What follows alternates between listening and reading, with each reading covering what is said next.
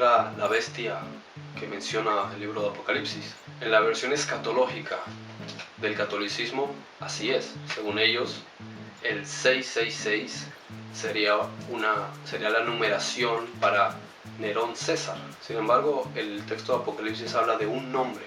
No dice dos nombres, ni un nombre y un agregado, o el primer nombre, el segundo nombre, o el nombre y el apellido, o el título, etc. Dice un nombre.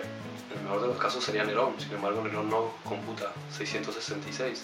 Y de haber sido el nombre completo, no pondría César, que es una especie de título agregado, sino que habría dado uno de los segundos nombres reales, como el caso de Claudio o Augusto. Juan era hebreo. Entonces dicen que Nerón César es el cómputo hebreo de ese término. No obstante, para que iba a codificar Juan algo que nadie más le iba a entender. Es decir, Juan se encontraba en el año 90, ¿no?, del siglo I.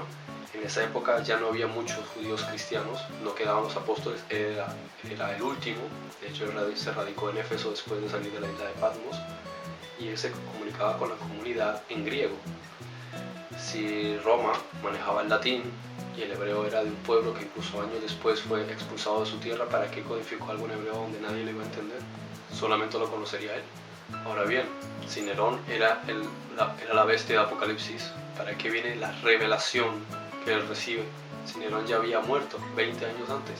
Ahora, hay diversas razones por las cuales Nerón, aparte de la cuestión cronológica, no encaja con algo futuro respecto a la época de Juan, como por ejemplo el hecho de que, haciendo una lista breve, él no tuvo un orador que le representase, como el caso del anticristo al que se menciona en el Apocalipsis, y que hiciese milagros engañosos, como describe Apocalipsis 13:13. No tenía una imagen que hablase, como dice Apocalipsis 13:15, o que hubiese recibido vida. No puso a la gente una jaragma, es decir, una incisión o una marca en la mano derecha. No lo hizo en la mano ni en la frente, no hay ninguna referencia a eso realmente. Y de eso habla Apocalipsis 13:16.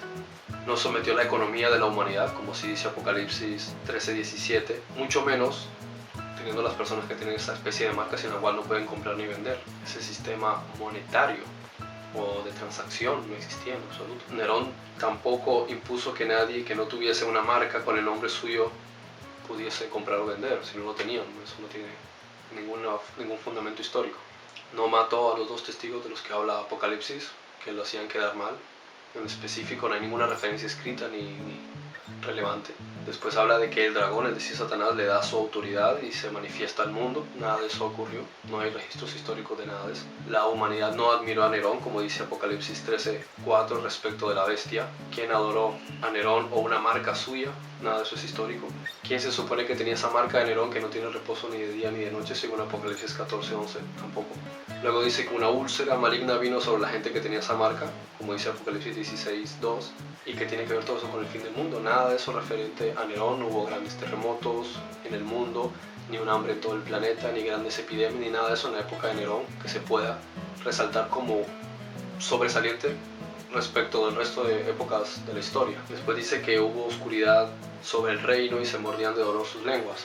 ¿De dónde sale ese tipo de referencias? Nada de eso. Después dice que cayó fuego del cielo y que quemó la vegetación de toda la tierra. ¿Cuándo ocurrió eso en la época de Nerón? Él lo único que hizo fue, según se cree, que provocó el incendio de Roma y después culpó a los cristianos. Ahora bien, ¿cuándo se alió el dragón con Nerón y el anticristo, es decir, el falso profeta, para enviar demonios suyos a incitar a los pueblos de Oriente, primeramente persas, es decir, Irán, para una guerra mundial en relación con Israel, como dice Apocalipsis 16:13? Especialmente que en la época de Nerón no hubo ninguna guerra con los hebreos.